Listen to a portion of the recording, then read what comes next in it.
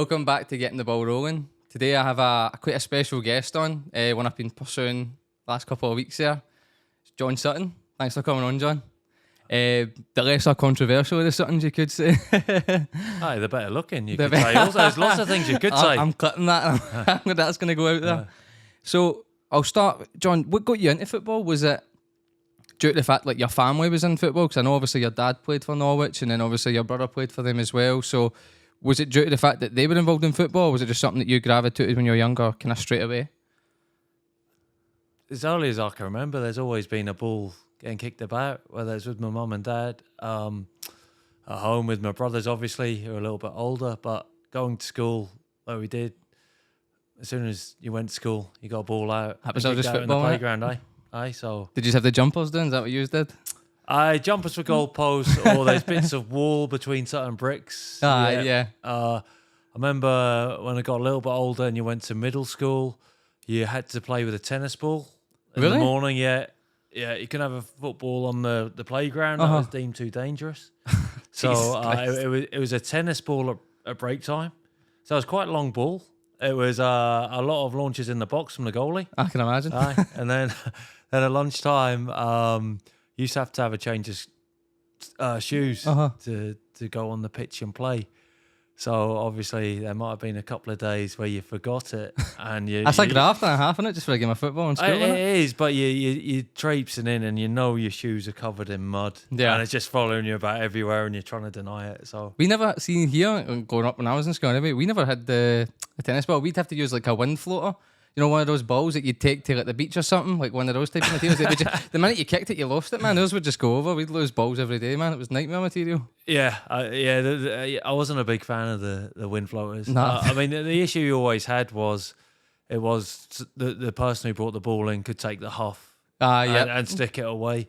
Even if it was a normal ball, they did the same, wouldn't it? Anybody would just take a ball in, you'd be losing it. Like as soon as you did the teams right anyway, they'd be like, nah, I'm away. Gone. Yeah, I mean, I am spitty dummy it. Yeah, well, I'm reassured with my own kids. As you know, I've got quite a few of them. Yep. But I remember every lunchtime, we all got on well with each other as well. We all played for the same team at the weekend. Same with us, eh? No, but there was always a fight at lunchtime over the goals.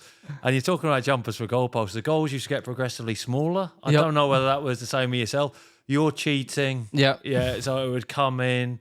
And then if it hit the jumper, was it the inside of the post and had it gone in, or did it bounce out? That was the worst by the way, when it was like a flat goal line post and it was just like that was posted in every time it was posted in. Unless you were on the other team. Well, unless you're on the other team. And then it was like the height. The height was a big thing. I mean, it went in at that height or that height. You couldn't get there was no. And then what was it? What's the crossbar? Absolute madness.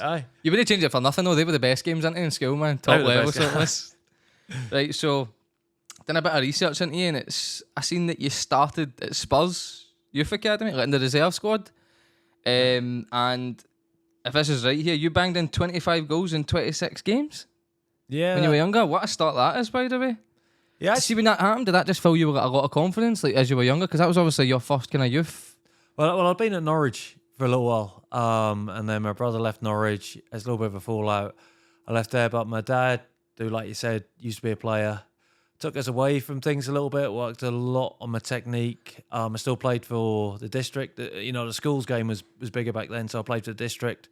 I ended up playing for the county. Tottenham came to watch us play for the county, invited us down to Chigwell then, which is where they were training, to play a trial game.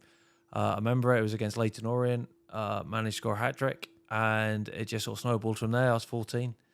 And a few months later, I was signing my first sort of professional deal to start when I was 17. It all happened really, really quickly. See, when you were doing the kind of leading up to that at the Norwich time, then did you want to play with Norwich? Because obviously your dad and your brother had played there. Was there a part of you that just like I really want to make it in the team, but then obviously things didn't work out, or were you weren't really bothered? You kind of wanted to go your own way no matter what. Yeah, I wasn't too fussed. No, I knew I loved playing football. You just wanted to play in it? Yeah. Tottenham was great. They looked after us really well. It was quite a travel because in Norfolk there's plenty of tractors on the roads and it takes a long while to get everywhere. So it was, a couple of hours there, a couple of hours back every weekend. But they used to put us up during the school holidays, and I was 14, 15. they used to let us train with the reserves because some of the young boys went in, so it was a great experience. That must have been, especially at that age. Did you always know you were going to be like a striker then? Was that always something that you wanted to do, or did that kind of happen as things went on? Yeah, you just knew? I always played striker from a young age. I couldn't exactly tell you why. I think playing strikers Natural. got a lot. It's got a lot harder as well. I mean, you used to have wingers who crossed the ball instead of cutting inside all the time. There used to be 4-4-2. And so you could work off each other? Work off each other. I think it's a bit of a shame that's sort of gone away a little bit. You just seen that last night. Like Scotland need a win, hungry game, and they go one striker, and you're like, that's the game you play too. Because if you don't win there, do you know what I mean? Like, you're at the tournament, you've got to go for broke. It's the last game. I've got mixed thoughts about that. I don't. I mean, just the Euros generally. I don't see anything in the tournament that surprises too much. I mean, Scotland, hard working, kept it tight. They've always defended deep. You know, I don't think there's ever been a time where, you know, they've played, you know, the Dutch 1970s total football, but a very good team. Mm-hmm. Had a few unlucky breaks, conceded goals at the wrong time, but I think it's fair to say with the players Steve Clarke has to choose from, and you look, I was talking about this the other day, and I know I've gone off a tangent here. When I first came up here, I remember playing Hibs. It was Gary O'Connor, Derek Reardon. Yep. Boy Callum Elliott was at Hearts. Lee Miller was a very good player. I'll have missed players out here, by the way. Kenny Miller, Billy Dodds. You had boys like Jim McIntyre, who was at Dundee United, slightly older, Scottish. You look at team sheets now at the weekend, I don't think there's many Scottish players playing in the SPL. And I don't think the standard's fantastic either. So I've seen a lot of stuff today about, Steve Clarke should have done this, Steve Clarke should have done that. He should have opened up. And I'm going, how could he really? You got James Forrest, who you could maybe... John, I think a big part is frustration, John, because obviously... See teams that traditionally set up defensively, you kind of look at them and you go, they're a good defensive unit, so they can play that way and it works. Like an Italy team, like you know that they're set up defensively traditionally and then it works. I feel like there's a lot of players in that team that aren't kind of able to do the job for 90 minutes and lose concentration 1 second like last night, it's gone. So I feel like if you've got that kind of team anyway, you'd be as well to just kind of set up with the two up front and just maybe a 4-4-2 where you're compact. But I think the 5-4-1 just... It didn't look like it worked too much. I know, like you said, a bit unlucky in there, but I don't know. As a Scotland fan, mate, it broke my heart last night, mate, to watch that happen. Like that's the beauty of football, isn't it? That is. I mean, you need a break of the ball as well. See the corner just before they score. There's a block shot. You know, it's inches. There's a couple of, you know, here and there that ball flies in. You're all over the moon today, aren't you? Everybody's calling for his head. Everybody's calling for his head, mate, straight away. Like, don't get me wrong, like. I can understand people saying that, but he did get us to 2 tournaments, which we didn't really qualify. I think they were the first 2 in my lifetime we'd qualified. I think he's done an incredible job with it. I mean... he's done a good job, mate. You can't deny that. Absolutely can't deny it. I just think the way the team plays just frustrates certain fans that go pay the money to go watch the team, but sometimes, I know it's a bit shoddy saying this, sometimes it's just better being there than playing nice football and no qualifying. Do you know what I mean? Like, you just want to be there for experience, because there'll be kids that went there that will have... life experience. I can't in my lifetime ever remember a Scotland team popping the ball about all over the pitch. There's some very good players in there. But my point being, if the expectation is to play like Spain, you're not going to get tiki-taka. Barcelona, I think the expectation's a little bit high. Aye, I mean that's fair. To be fair, so after you'd kind of done that spell at Tottenham, I seen that you went to Carlisle on loan. Yep.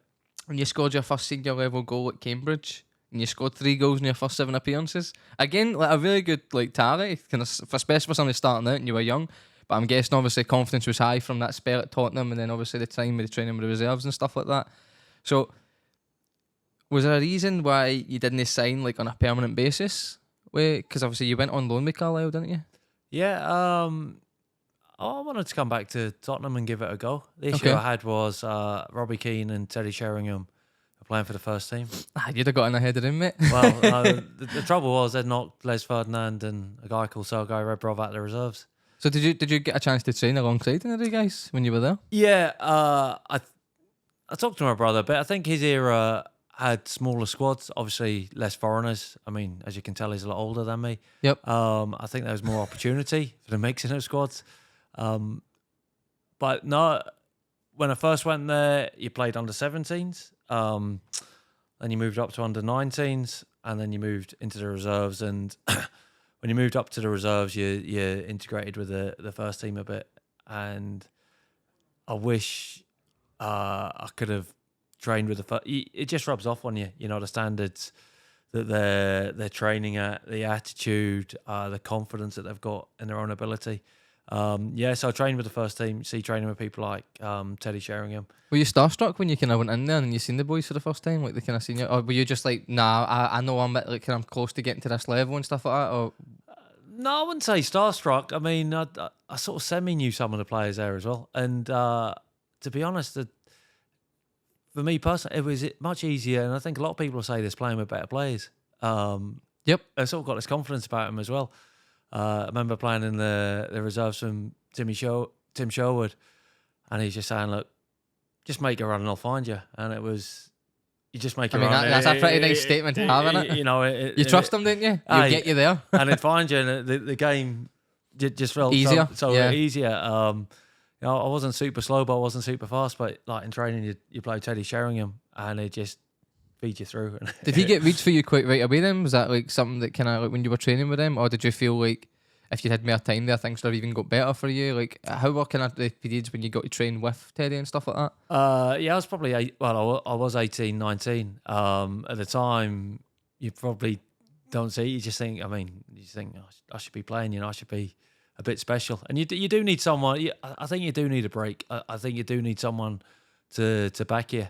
But looking back, you realise that it's probably pretty tricky for the manager to say, no, you're more talented than those players. And look, clearly, I wasn't. I never had the career of a Robbie Keane or a Teddy Sheringham. And the manager at the time, Glenn Hoddle, what a player he was, by the way. I mean, if you ever go back and see videos of him, and he used to join in training. There was another one who was just incredible. Do you like a nutmeg, did he? He loved the nutmeg. He loved the game of heady tennis in the gym as well. I can't imagine him doing that. Oh no, the heady tennis was brilliant. It's heads, but it's basically volleys. I was brilliant in the gym. But he used to have all the gym equipment about, so the ball was allowed to bounce here, there, and everywhere. So was he bad for cheating him? No, he was too good. He didn't need to cheat. He was. He's a baller. He had the touch of an angel, man. If anyone ever goes and sees like him, he looks like he's just jogging, and he's just like boys are sort of falling over as he dribbles through them. It's incredible, magic. And then you went to Swindon Town on 1 month as well. Yeah, that was very brief. I got ill there, and never went back. I remember, I think he's away now. Got a guy called David Pleat who but he was director of football, and he pulled us in the office. Said, look, you're not gonna get a shot at it here. Have a think about going somewhere else. And look, the way I was, he said you can stay. He said you can try and get a shot. Looking back, maybe I should have been more patient, but I was like that at the time. No, I just had a tunnel vision. I wanted to play, so I said, "Yeah, I'm going for it." He said, "We had the boy Peter Crouch here a couple of years." Oh, what a hero he is, man! The robot. And he said, "I think you can probably do better than him." Well, that's obviously that was obviously wrong, but I was desperate to leave and play, and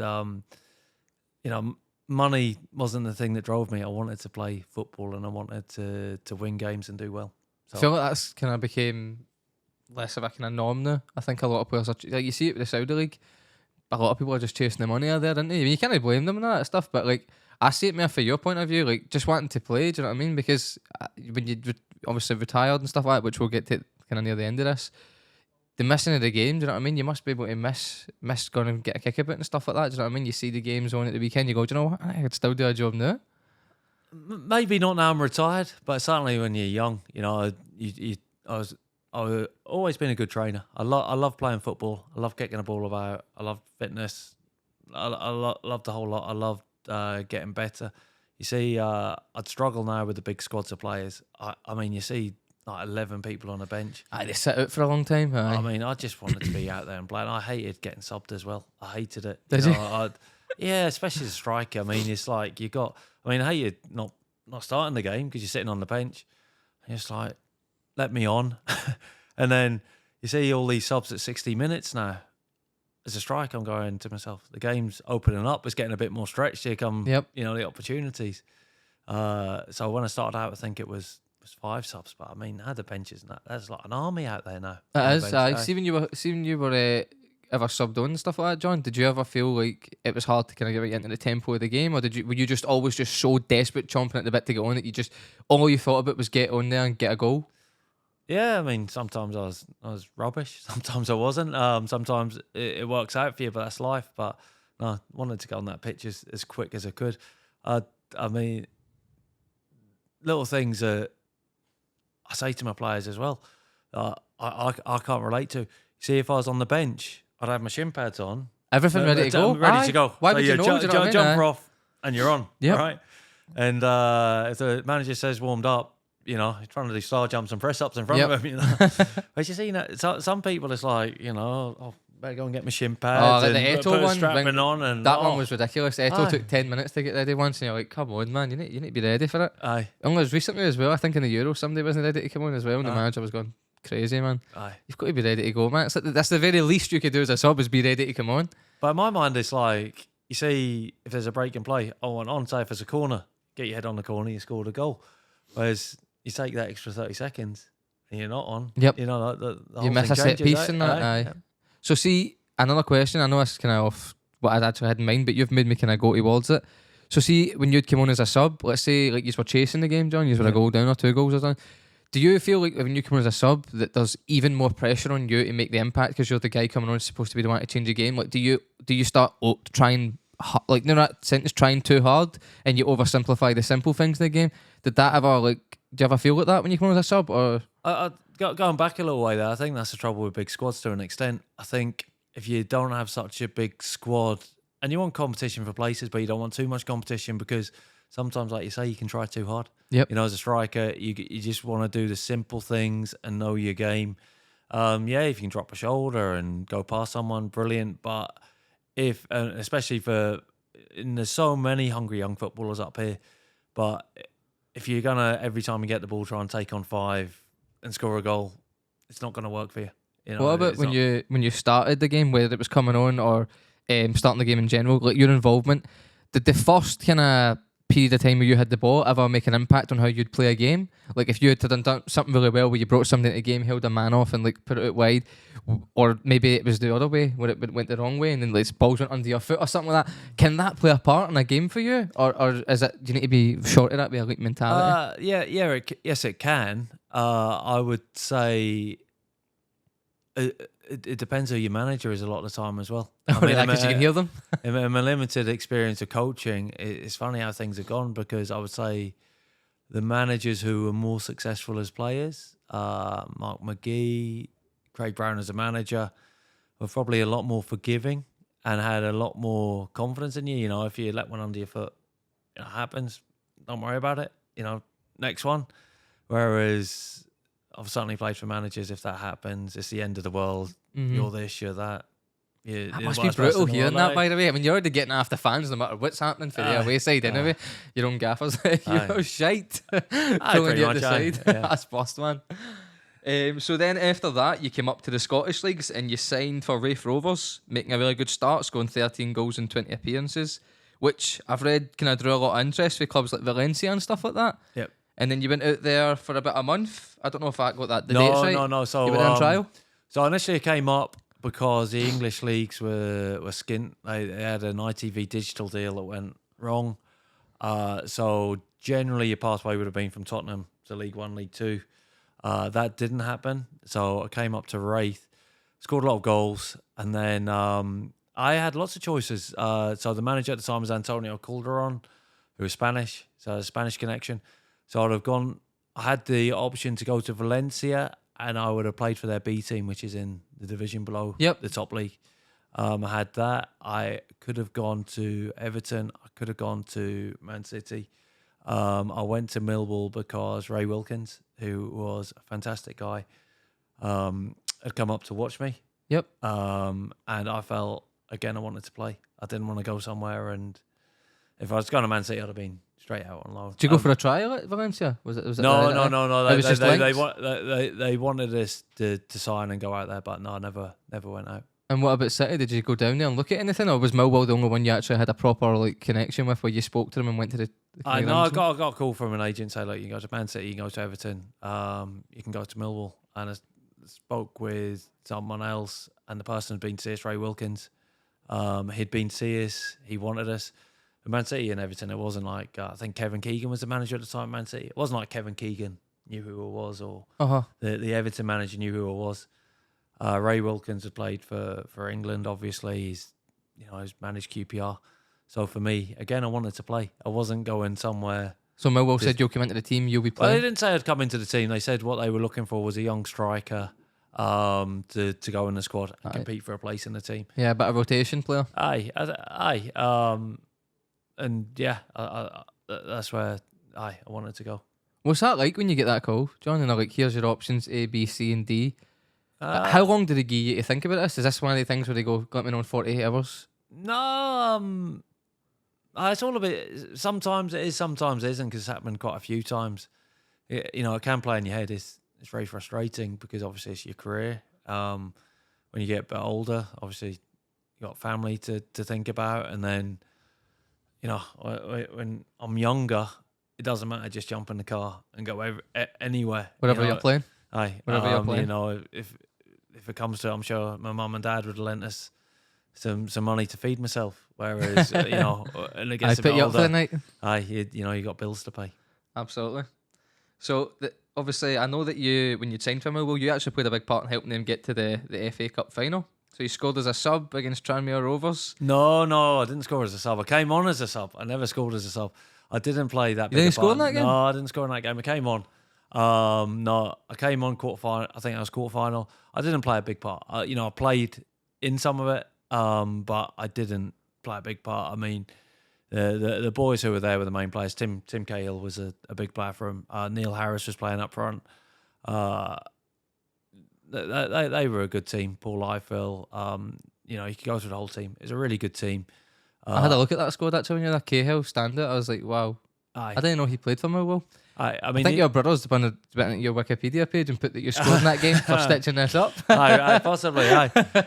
And then they signed someone just as I signed, Daniel Dicchio, who was a very tall striker, who, he did really well for them. So that kept me out of the team. I got a bit of a run of games just right at the end of the season, going into the game against Man United, but I was the one left out on the day.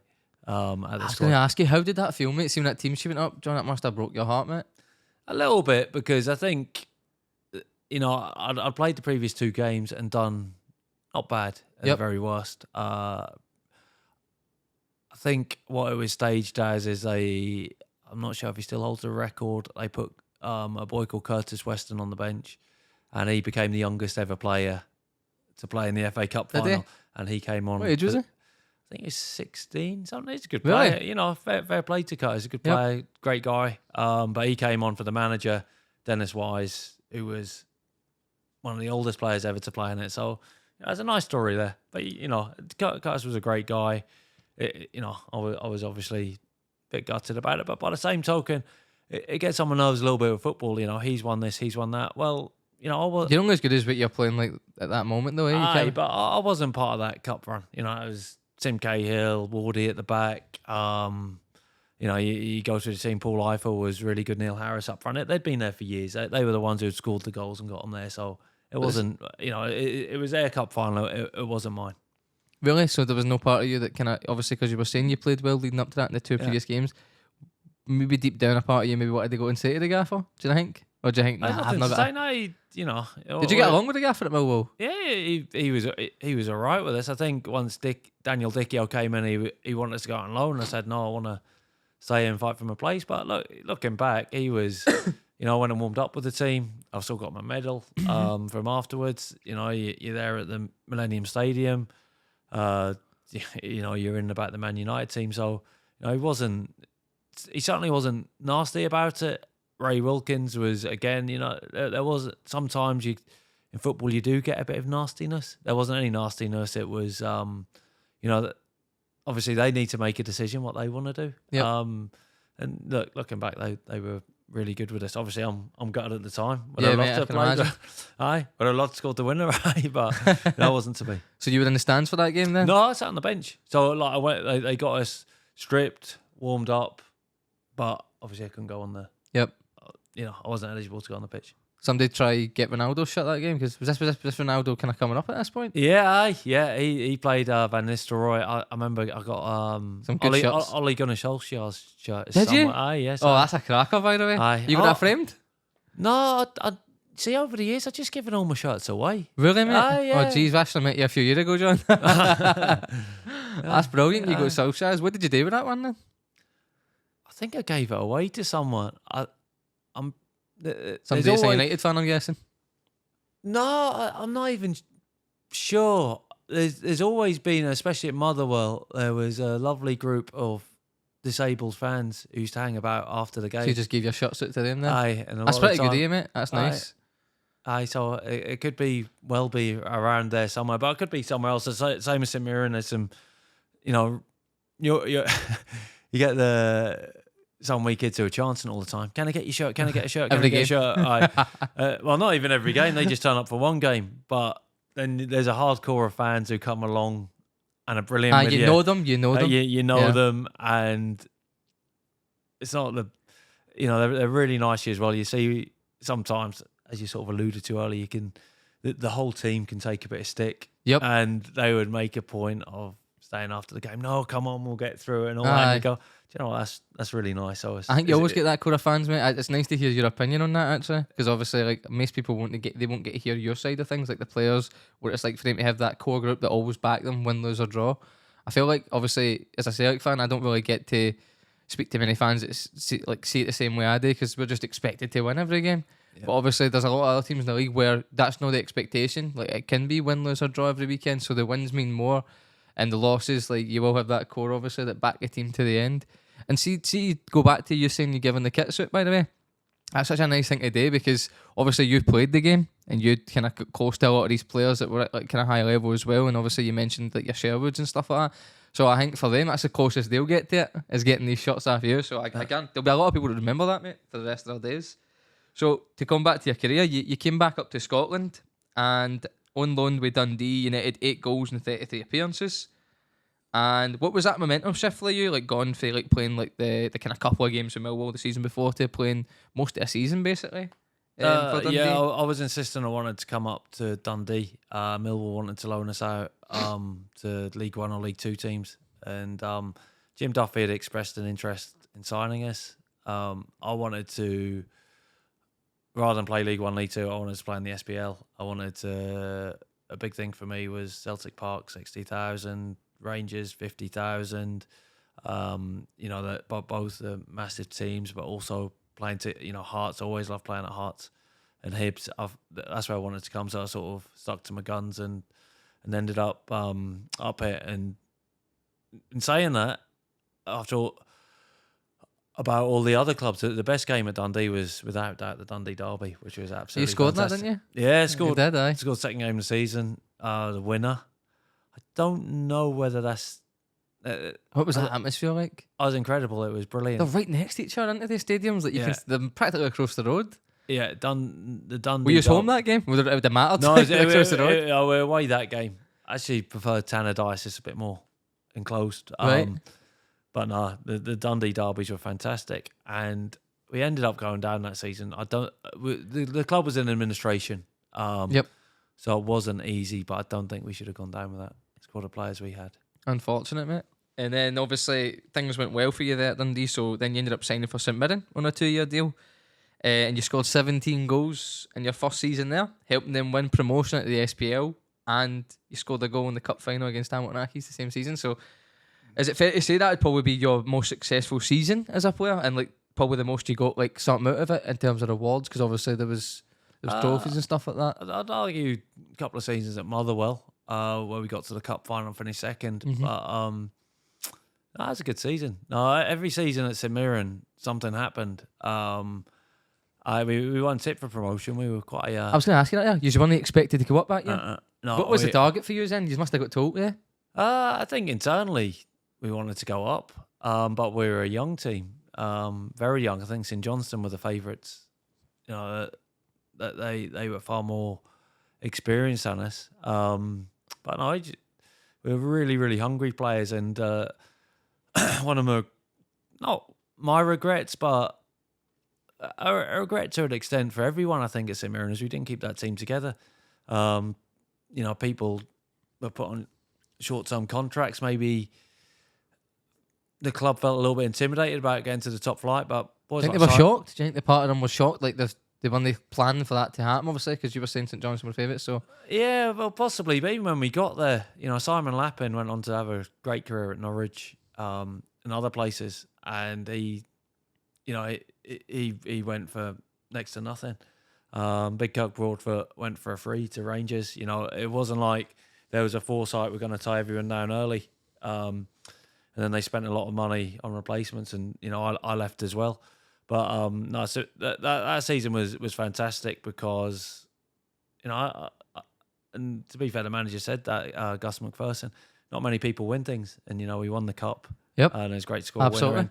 And winning the league, it was brilliant, especially when not many people. Well, I don't think anyone had done it before. It was a magic feeling, brilliant. And then the cup final. What was that feeling like winning a cup final, mate? Because you see all the time, like especially in Scotland, mate, they just was it a pitch invasion when you won that cup final? No, I don't think so. No, it was a packed out Airdrie ground. I was great ball in, good header. Brilliant, and everyone was piling on. That was the first thing I think most of us had won, so that was really good. It was also the year Gretna got to the cup final, who knocked us out in the quarterfinals, and we probably should have beat him as well. Think so? Yeah. What happened? Did it just not go your way on the day? Just never went our way on the day. Blame the referee. That's a good one, John. Blame the ref. The ref's always a good one. So then, obviously, I seen you done a wee interview actually with Daily Record like a few years after this.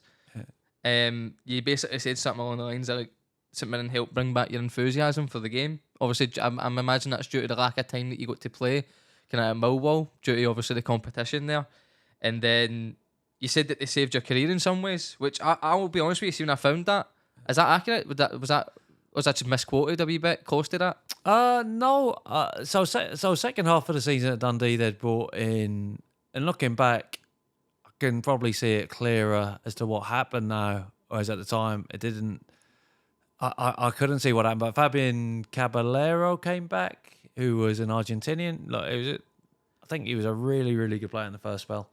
I think it's fair to say in the second spell he probably wasn't in the greatest shape in the world.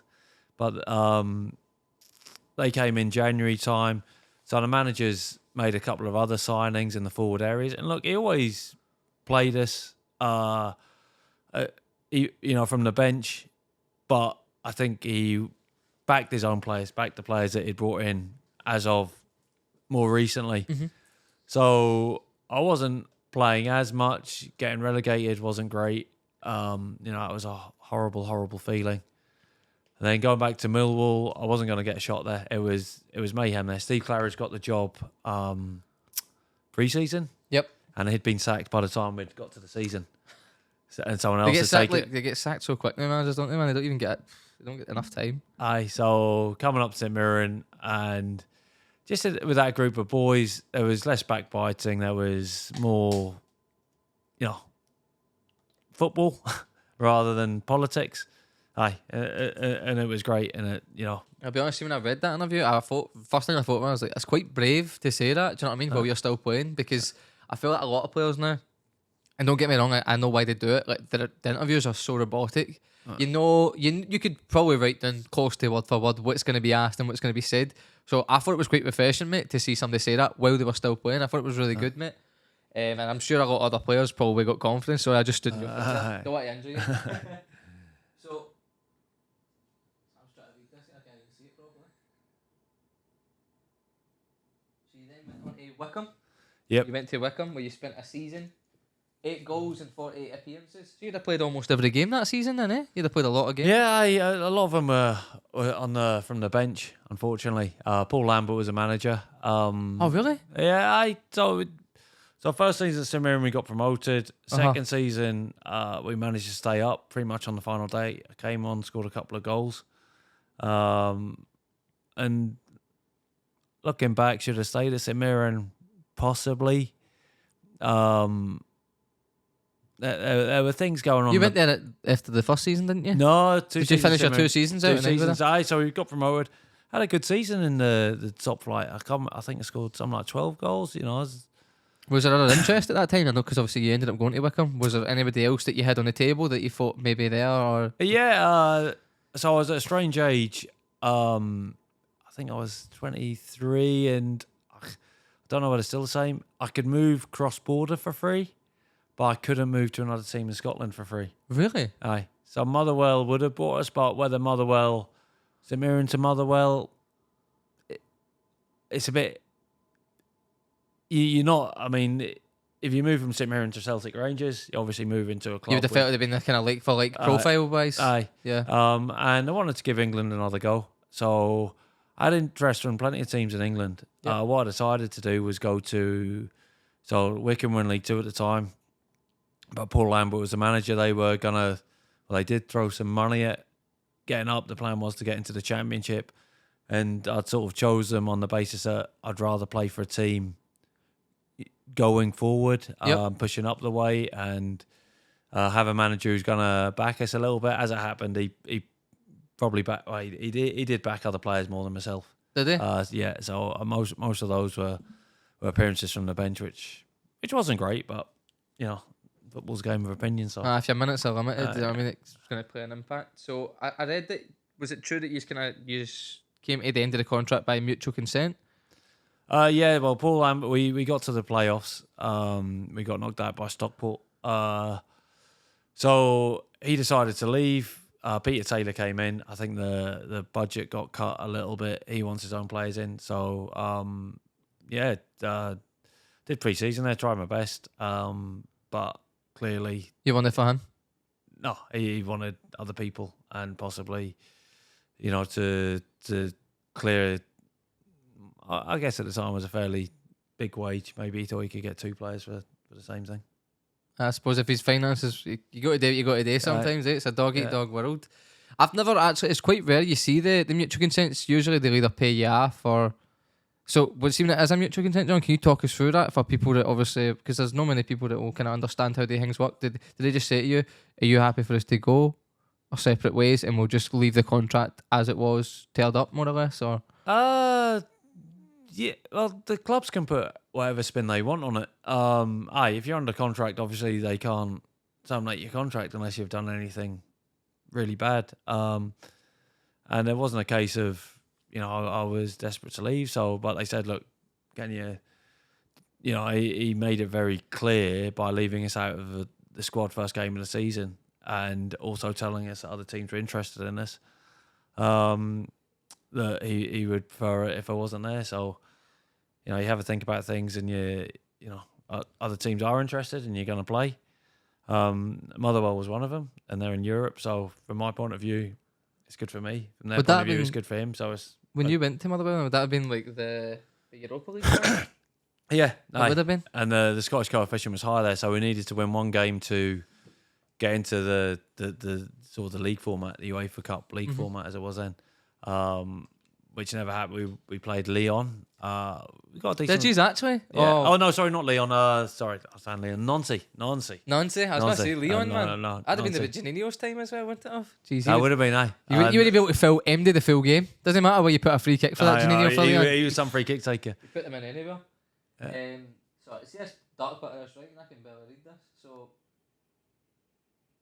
you then packed your bags and you came back up to Scotland. This was basically your second home at this point, wasn't it? Because you'd come up and down such a few times. Yeah. And then obviously I know that you signed for Motherwell in your first season there, 12 and 31. Again, another really good return. And then you'd also scored against your former club, which this is something I really want to know.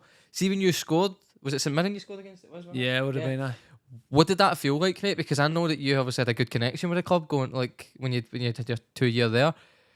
Is it bittersweet when you score against a former club? No, just sweet, man. You just don't care? You're just like, it's just... Really? Is that what it's like? Did you feel like you could celebrate like the way you'd normally would? You just gave it... Would you gain them a bit yet as well? Yeah, I give think... them a bit of stick? I think it'd be different. You see, if you'd sent them to relegation or something, it might be feel a bit different. It was just business. It is what it is, eh? Well, yeah, you still got friends there, and you still, like I say, some of the fans are great with Well, all the fans there were really good with us. So, you want them to do well. Yep. But if you score a goal, you're feeling pretty good about things. I can't imagine that, mate. I'd feel probably guilty, I think, to be honest with you. And then obviously the second season there, 14 goals and 38 again. And then you had the kind of talk about the Europa League. Can you talk me through the penalty drama that happened when you were in Europa League run? I seen something regarding a penalty you had in the game where you'd scored it, and the ref never gave you a reason why. I'd ordered a retake. No, he did give us a reason why. What was the reason? It was Slaney, who What's that? oh God, what was he doing? Well, he ran in the box, right? So he ran in the box. So I scored the first one. Fuck's sake, I had to Slaney. retake it, and then goalie saved the second one. I was at Albanian team. Yeah. I seen their name and I was like, I'm not even going to try pronounce that name. I'll just refer to them as the Albanian side. That's what I had them noted as. So Slaney ran in the box just as you were to hit it. Yep. Was it? Did you see him doing it? No. Nah, you couldn't see that? No. So focused. What did you say to him after that? Because obviously you missed the retake. Yes. Do you feel like pressure-wise it mounts even more on the penalty taker if a retake happens? Because I'm guessing that may have been like one of the only times in your career that would have happened, like a retake. Yeah, I think it was the only time. Taking penalties isn't easy. It's a thing that you got to accept. You're gonna, unless you're unbelievable at them, you're gonna miss them. Best players miss them. So it's a pain in the ass when you scored one and have to retake it. What did you say to Slaney after this? There's not much you can say to Slaney, can you? It's Slaney. He's a lot of it might have gone over his head anyway. So he never got that much stick, really? No? Oh, Slaney's a great guy. I bumped into him a few times, mate. He's always got time to chat and that. I bumped into him taking Lily to school, actually, quite a lot. Aye. Charing Cross. Yeah, no, Slaney's a great guy. He's Do you still talk to him? Yeah, Aye. He's we used to drive into training together. Did you? Aye, he's interesting character, isn't he? Aye, looks. Yeah, I mean, he likes a car share. It doesn't surprise me, like the podcast has done well, because that's not him putting anything on. That's just he's just who he is. Aye, he's a bit of a wild guy, isn't he? So see, what was he like to play with, Slaney? Because he always bashes himself, right? But other people that refer to him always say you were good. Like, was he a good player to play with, or was he? He never played that much, so he's. What about in training? Yeah, well, good trainer. First season there, he was with the youth team, and all the boys used to give him a bit of stick. What about just his ability, or just him in general? Just his sort of demeanour, just banter, right? Because he was good for the banter. He seems like one of the lads that likes to get slagged, though. Do you know what I mean? Because he slags himself quite a lot. But I mean, he did look like someone like the kid at school, like with the shirt too long for him and sort of kept hanging off him. You sort of looked at him and go, he's never a football player, him. Like, he just dragged him off. Did you hear that? No, you just said that about the shirt being too long for him. I'm guessing you heard the story about when he signed for Celtic. No. So he said he went to sign for Celtic. This was an open goal. He went to sign for Celtic and his dad came with him and his dad showed up with like a suit jacket on and the sleeves went air the fingers and his dad went to shake like Peter Lawwell's hand and the sleeves went air his hand onto Peter Lawwell's hand and he's like, they wonder his Celtic career never worked out. No, I have heard that. But no, then the next season, Jim Gannon took over, who was an interesting character. So Slaney came to train with us. He was a really good player. He's quick, good out on the wing. But I think he only played 3 or 4 games. And with you? Or was that in general? With the first team, we had the Europa League. We got into the Fair Play Award. So he played about 4 games for us. He done really well. But then he got a bad injury. Yeah, he never came back, never got back. Chris McCart had left Motherwell to go to the Celtic job. And I think there was that relationship there. So I'm not even sure Slaney played for us again. He only played a little bit. But no, he was quick, good dribbler. I think he scored a cracking goal against that Albanian team. He did, mate. He talks about it quite a lot. I can't believe all the people he was the one to run the box, man. So if you told me to guess somebody during that time, I'd have probably said to him as well. So, and then in your 3rd season with Motherwell, you managed 17 goals in 29 games. So, see, every time I looked at these, and that, like, the goal return was always really good, John. So I'm guessing confidence was always high for you, mate, during the period of times when you were playing up here, but especially like in the Scotland League and stuff like that. You must have just felt like you just had the ability to score every game. I know obviously you must have that to play up front anyway, but what was your confidence like, mate, in the kind of spell in St Mirren? With Motherwell as well? I mean, confidence goes up and down. You only got to look at like Scotland and England at the Euros. I mean, it's like a roller coaster, isn't it? So during that 3 year there, where you had a really good goal return, you had points in it. Did you have points in there where you're like, fuck me, man, things only gone my way? A little bit. The nice thing about Motherwell was it was always quite a relaxed sort of atmosphere at the club. And again, going back to what's happened in Scotland at the Euros, we took some humpings in our time at Motherwell. But the nice thing was, I don't think anyone at the club ever put us back into a shells. We're always quite an attacking team. And no one said, oh, you lost 4-0, you better shut up shop or start blaming anyone too bad. It was always, it is what it is. You lost the game, get back to it and stick together. Motherwell's always had a tradition of lots of strikers scoring goals for them as well. If you look at it, I mean, you compare it to one of my other clubs, St. Mirren, I couldn't tell you, lots and lots of good players, lots of good strikers have played for St. Mirren. There hasn't been many who have been prolific, whereas with Motherwell... Scott McDonald, isn't that, stuff like that? Scott McDonald before my time. Obviously, Faddy was slightly different because he moved. After my time, you got Louis Malt, you got Van Veen, scoring a... Van Veen, he's came back, hasn't he? He just went back there. And then Theo Bear last season as well. They've always... Did you play with Scott McDonald? Was he he came back, guy. Yeah, he came back. I played with him for a little while. What was it like playing with him? Scotty's good. He's an opinionated character, as a lot of people will tell you. Really? I always got did really walk on a change room and stuff like that? Yeah, he's got an opinion on just about everything. But I know he's a very good player. Really? I liked him. He's a good guy. Did you just play mini games like together up front? Like, because I can imagine you being like a good kind of pairing together. You flicking on him in behind and stuff like that, working off each other. No, so Ian Barraclough came in. He wanted, it's a bit like we spoke about earlier. He wanted to put his own stamp to it. So I started some very occasionally with him, but I was mainly on the bench. Ian Barraclough wanted to take it in a different direction. So I played with him a bit. No, it worked okay. He was good to play with, good quality. Any funny stories with him? Because I feel like you were holding back a wee bit there when you said he was opinionated. No. Did you ever have any bad arguments around any team? Because usually opinionated people will be calling people out in that. No, I always got on alright with him, but I think he had an argument with everyone in the team at some stage. Yeah, he was, Did any of them spill into fights or anything like that, or was it just handbags? Everyone says, I mean, it's mainly just handbags. It's a bit like, hold me back. They wanted to hold back. Was he asking you to hold me back, John? Something like that. Brilliant. And then, notably, actually, you beat Celtic in that season 2-0 in your third spell there, like in the third kind of season at Motherwell. So, see, because you had beat them and you scored both the goals, didn't you? So, scoring, I bet you gave Chris a bit of stick after that. Absolutely. So you scored the 2 goals in that game, and then you go and play Celtic in the cup final near the end of the season. I'm guessing you probably felt like we can win this because obviously you had beat them before. And obviously you'd go into the cup final. We're always a heart and goal team. I think if Stuart McCall had the game again, he might go a bit more on the front foot. I understood where he was coming from when we beat him at home. But we had really good football as well at Motherwell. So although the pitch wasn't always great, it probably didn't suit us because we had some really, really good players who wanted to get the ball down and play. But certainly when we played them at home, we were more attack-minded. I think what Stuart felt going into the game, Hampden is absolutely enormous. There's space everywhere. And he wanted to sort of get us into the game and then sort of kick on, give us a base. But we never really played so well in the cup final, which is disappointing. We went on a great run to get there.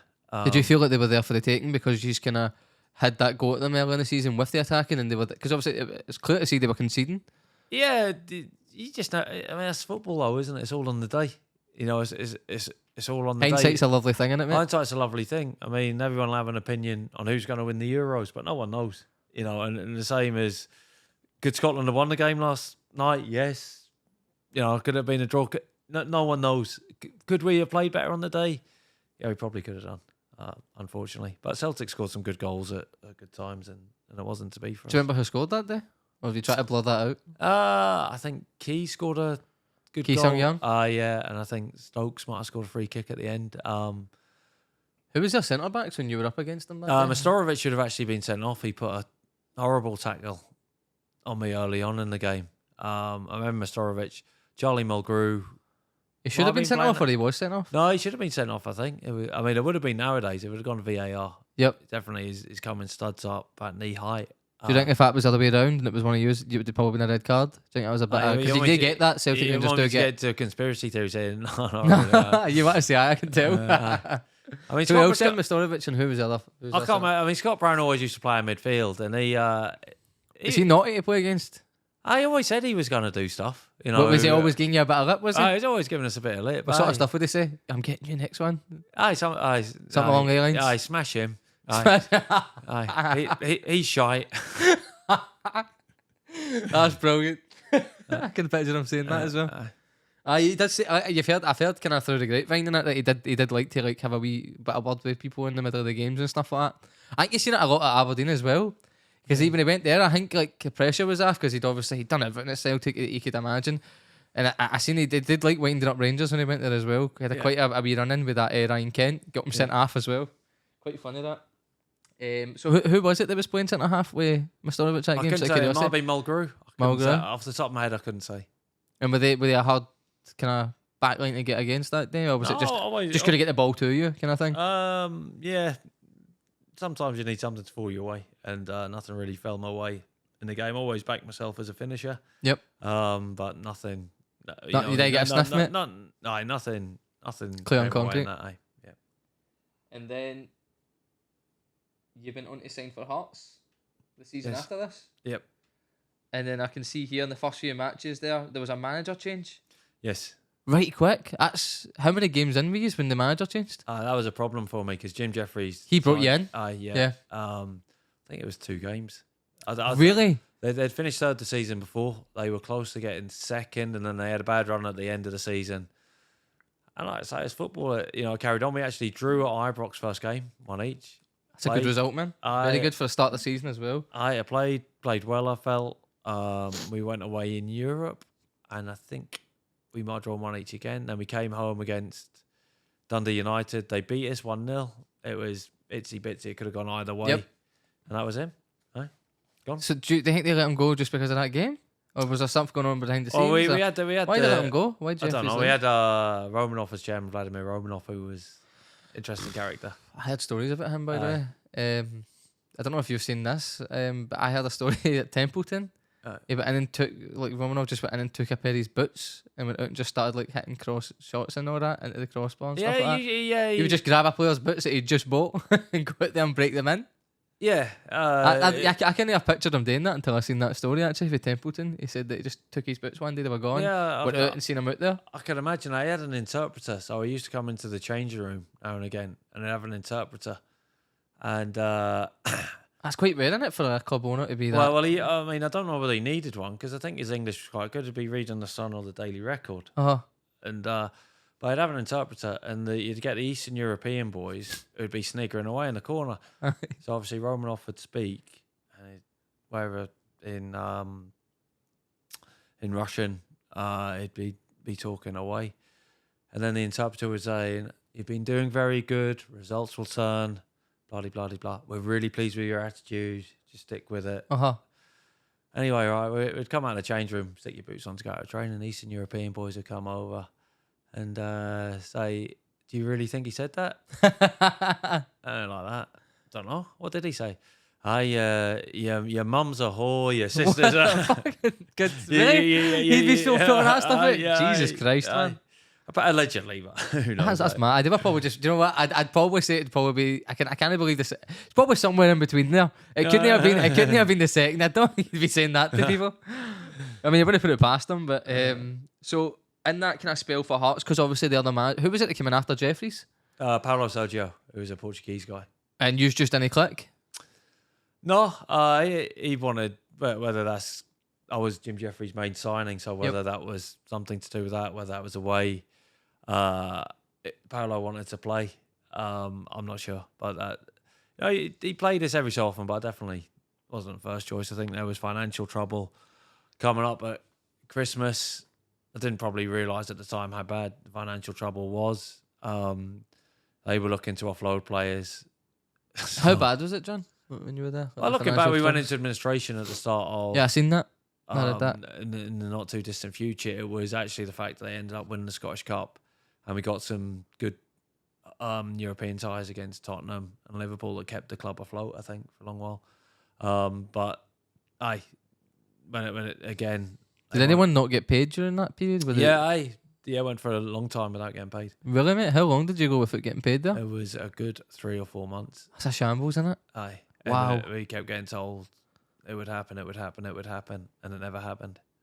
And you're having to play for this period of time? Yeah. Wow. Talk us through that, mate. Like, do you feel like that limits your ability to go out there and get 100% when you know the teams you're playing for aren't even paying you to go out and do the job? Because I can't imagine asking a painter and decorator to come in my house and ask him to do the job, and I go out to him, here, I'll pay you in 3 or 4 months. Can't you imagine him doing the same job? I really can't. It's not great. I think to begin with, it's one of them, well, you can sort of live with it. The further it goes on, then you sort of start to worry a little bit because you've got your mortgage bills and you got gas bills and you need to feed the kids. So it wasn't great the longer it went on, but again, you just want to play football, really. So I'm guessing that kind of signed the deal for you leaving Hearts then, when about the kind of after that period of time. Oh no! So I went on loan to Australia. So I seen that Central Coast Miners. What was that like? It's different. But Hearts had said, you get, they didn't even tell me. As a manager, just said one day, he brought us all together. He said, "Look, some players will be moving in and out," and he said, "John will be someone who can go somewhere." I'm like, what? In front of everybody? In front of he everyone. done that in front of the full team? That was that Sergio? Was it? Yeah, So he done that in front That's of crazy, by the way, to do that. Like, surely a one-on-one's the kind of thing you talk about, but he just goes like, say bye to John, lads, he's away. Aye. So what happened was, so I told my agent and said, look, this is what's happened. Paolo said this, and I went to him afterwards, and he said, yeah, you can go on loan. He said he doesn't want it to be a permanent, but you can go on loan. So he wanted you to come back and play? Possibly, I don't know. But anyway, my agent goes, right, so within a day he's got a load of teams who want to take us, Hibs being one of them. So it's Hibs, St.mirren, there was teams down south. So talks to Hearts. And Hearts say, no, we're not letting him leave for any team in the UK. That's shocking.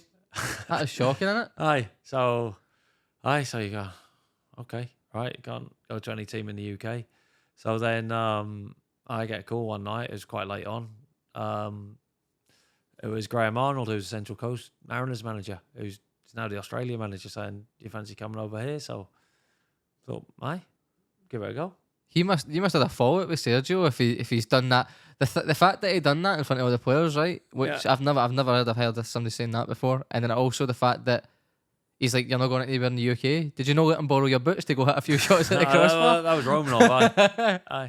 He's passed that, didn't he? Whatever you do, make John's life a nightmare. Do you know the disappointing thing was, if you got your heart set on something, I really liked Hearts. That I liked the fans there. I really wanted to do well there. It's a good stadium.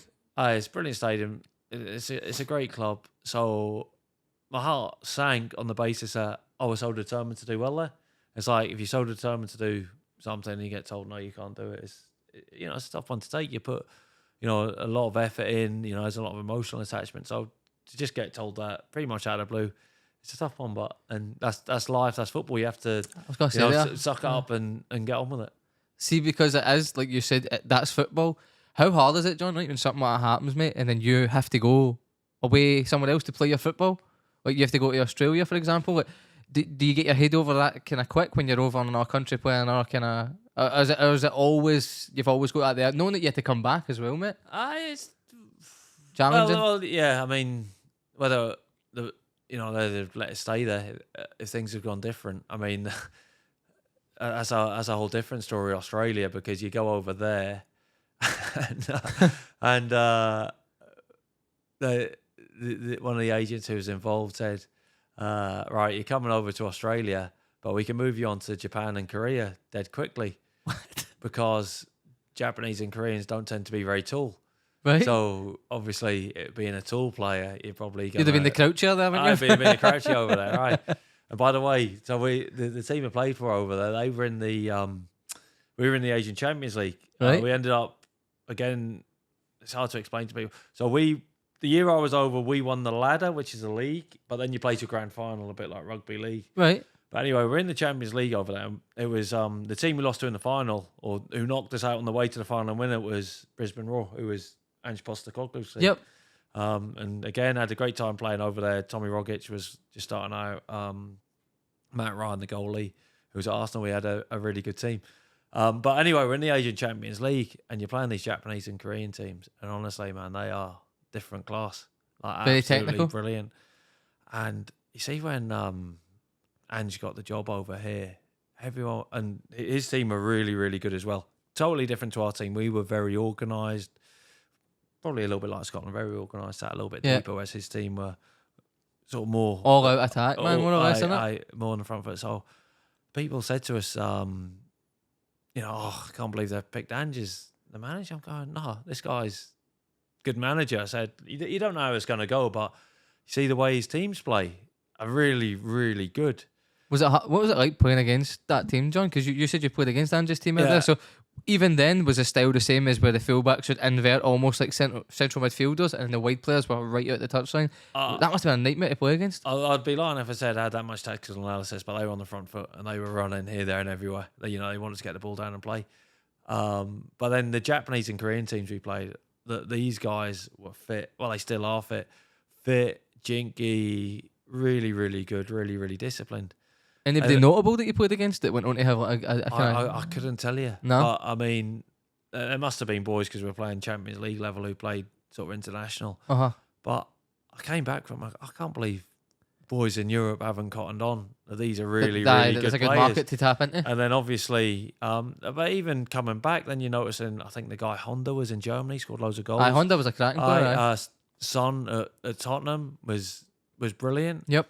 And then they start bringing the boys to Celtic. And then I said to people for a long time, I said, they're going to do really, really well, And it's just, you see it happening like with Hitati, with Kyogo, the quickness, the agility on the ball. It wasn't any surprise at all to me that both Ange done well and the players he brought in done so well as well. There are some really good players that they've brought in. I think it's interesting because... See, I think only because he had that experience there, he felt like he was brave enough to tap into that market. But even though, I can't really see MD else doing it in the next couple of years, just because if you don't have the knowledge yet, it's kind of a mystery, in it. Well, it's a knowledge thing. See, Motherwell tried it a little bit. What I would say is, if me and you go into Europe, I'm not a brilliant linguist, right? But when you're in France and Germany, you still have English, and they tend to know English better than us. But you can still get by. Yep. So you go into Korea, it was something completely different. It's like, whoa, it's like just completely different. You haven't got a clue. I mean, like we went to China and like, there's no English, right? And it's just these signs everywhere. So it's a cultural thing. But I'm with you. There's no one. I can't remember one player who's come over for Celtic, especially who hasn't really done really well. I think maybe some people think, but he's not had enough time, in my opinion. Yeah. I've seen Genk want to take him to now. Yeah. I'd rather we just gave him time. Yep. Loan him to Genk. Aye. See how he gets on. If he proves good, bring him back, give him another season. Then do you know what I mean? Like, I don't think you need to get rid of somebody within a year, which seems to be the problem with football now. I mean, Celtic is trying to get rid of people 4 months after they sign them. Crazy. That's crazy the size of the squad, crazy. I mean, the squad's big, but if you're going to shift people that have been there for years. Don't shift somebody that's been there for 4 months. Like, I know it's hard to say this, right? Because I love James McCarthy, but with the injuries and the time he spent at Celtic, he's still there getting paid, and I don't think he's played in about a year and a half now. And you're thinking guys like always not really had a fair run. Lagerbielke not really had a fair run. I've got to wonder if things are happening behind the scenes, maybe where they're not getting on with the manager. I mean, I'm sure you've seen the other side of things where things don't go well behind the scenes, and maybe people only get along with the manager. Yeah, I wouldn't want to speculate on that. I would say generally though, I mean, everyone goes, players always looking to... I don't think players necessarily want to move on. I always liked, one of the nice things about Motherwell was we had a core group of players and we used to get written off every season. But we didn't have a big squad, but it was a tight squad. And people always say, players want... I don't think players necessarily do want to move on. I think, that there's very, very few 3-year deals going about. Top players, they sign them for 7 years. Yep. You have a look at the SPL, there's very, very few 3-year deals, and if you have a look at the turnover of players at nearly every team, they're just completely different teams every year. You know, as a player, I'd find that tough. Yeah. And then when you came back for the loan, like how long did it take you to kind of figure out you're only going to be able to stay at Hearts when you came back from that loan? I came back to Hearts. I started, I had a good pre-season under John McGlynn. Started scoring a couple of goals at the start of the season. We played Liverpool. We were unlucky. We lost 1-0 at home. I thought we were unlucky at home. They didn't have Gerrard and Suarez playing the first game, but clearly, I think the second game, they were more concerned because Gerrard and Suarez were playing. They were a nightmare to play against, man. We done okay. We Temp scored. We were 1 each into the 90th minute before Suarez done his magic. Suarez being Suarez. Suarez being Suarez. But no, we were right in that game. Brendan Rodgers was the manager. Really? Yeah. He actually came up to us after the game and he said, "I remember you because you're the only player to score 5 goals against one of my teams." And this was for Tottenham under 14s, right. I think. A long time ago. Oh, all right. Give him a nightmare then. I remember that. He was at Reading at the time. So that was a nice touch from him. But no, we started the season okay. Did you think things were going to turn around under John then? Like, because obviously, that was a third manager change and you're spelling Hearts, wasn't it then? Yeah, would have been. Sergio away and then John in again? So John started well. I'd be interested to see what John's take on everything was because he was a good manager. I don't know whether at the time, maybe just the pressure of it all. I mean, you see what he's done at Falkirk, and every job John has done, you can see how thorough he is, and he's a really good manager. I don't know whether just with this one coming on the back with everything that's going on in the background, whether he'd have his time again to do it differently. But we got to the League Cup final that season. I played in that. We lost to St.mirren. Gutted because brilliant for St.mirren and really delighted for them, but we should have won it. There's no doubt about that in my mind. Gary Locke was the manager. But look, I wasn't intent on leaving Hearts. I scored 8 goals that season. I think I was the top scorer. I didn't play all the time. But then the thing that sort of turned it on its head was at the end of the season, Hearts went into administration. So see when you obviously... did you have your family at this point when the Hearts? Yeah, I had my family for all through the Hearts time. Yeah. That must have been heartbreaking, man. Yeah. For everyone, because you said you really wanted to do well there. And was it because of the administration that you had to leave, John? A little bit of both. So Motherwell had shown a bit of interest. I think at the end of the season, Hearts were looking at, could they get another striker in? Motherwell had sort of, Higdon was about to move on. So Motherwell had sort of made contact of sorts and said, look, what are you thinking? But then administration hit and the whole thing sort of changed. So I got on well with Gary Locke, and Gary Locke I thought was a good manager. But Hearts were going to be... They got deducted 15 points, and I went to see Gary because we all had to go into a meeting. Yep. Obviously, administration, you just get sacked. He said about you'd have to half your wages. I said, well, that's not great, but yeah, is what it is. I'd be up for the fight. I said, but what I need to know is sort of what's the sort of plan? What's going to happen? He said, look, honestly, no guarantees. No guarantees. I couldn't tell you that. He said, and just to let you know, there was a strange situation where Danny Wilson, who had played for the club, if I left, they could sign Danny Wilson, and they weren't meant to be able to sign anyone. So it was, and then Motherwell wanted us at the same time. The centre back, Danny Wilson. Well, this would have been his second spell at Hearts. Yeah, so he'd come. After he'd left. No, this was his first spell. He'd come on loan to us, and I can't remember how it worked, but because he wasn't registered or something, there was something in the small print. I couldn't tell you exactly what. But anyway, Motherwell were really keen to take us. Hearts were like that. Look, I'd have loved to have stayed and sort of had a fight to stay up with them. I really liked the club. I liked the people there. It was more to do with if Gary had been able to say, look, you're on half wages, but you see once this gets sorted out, some assurances. We'll look to, you got a family now, we'll look to put you on a longer contract, 2 years. And if we go down, I'm not saying you're going to get picked every week, but, I'd like you to possibly, try and get us back up. If he'd have been able to say that, I think I'd have stayed, but he couldn't. So you can makes your decision easier then to join Motherwell again on that second spell. See, when that's happening, John, I know obviously I don't know how much you want to talk about this, but I'm not really looking for figures, just more what it was like for you. But see, when you obviously you have that chat in Motherwell, they know. I'm assuming everybody knows at Hearts administration. Do you think that they've come in rubbing their hands a wee bit in terms of knowing what they could offer you to bring you back, maybe less than what they would have offered in a sense if the club wasn't in administration they were trying to bring you in? Do you think that made like life a bit easier for them to bring you back and maybe pay you a bit less because of that? Or no, I don't think so. I was never that keen on leaving Motherwell in the first place. That was another one. It was a little bit like St.mirren. I really like Stuart McCall as a person in particular, but as a manager as well. It was at the end of that season, we got to the cup final and all these boys were out of contract again. And I'm like, if I stay here, another 4 or 5 going to go and it's a completely different team. But now coming back, Stuart was easy to deal with because he's just straight up with you. He said, look, this is what we can offer. We'd love to have you back. And that's it. And, once Gary said, look, there's no assurances and you didn't know, what was happening. Obviously, Hearts went down. And to be fair to some of the boys who stayed, everyone's got different opinions in football. But I know Ryan Stevenson and Jamie, they just got cleared out straight up. I think Danny Wilson was in the same boat.